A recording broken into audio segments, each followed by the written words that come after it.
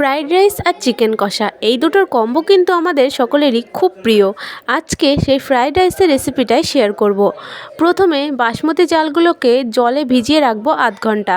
এরপর হাঁড়িতে জল দিয়ে এর মধ্যে গোটা গরম মশলা তেজপাতা দিয়ে জলটা ফুটে গেলে দিয়ে দেবো চালগুলো।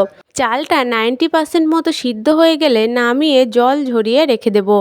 এদিকে সবজি কেটে নিয়েছি গাজর, ক্যাপসিকাম, মটরশুঁটি এবং বিনস। কাজু কিশমিশও নিয়ে নিয়েছি। এরপর কড়াইয়ে সামান্য একটু সাদা তেল দিয়ে কাজু কিশমিশটা হালকা লাল লাল করে ভেজে তুলে নেব। এবার ওই তেলের মধ্যে সামান্য একটু ঘি দিয়ে দেব ক্যাপসিকাম কুচি এবং গাজর কুচি। স্বাদ মতো একটু নুন দিয়ে গাজর আর ক্যাপসিকামটাকে হালকা করে ভেজে নেব।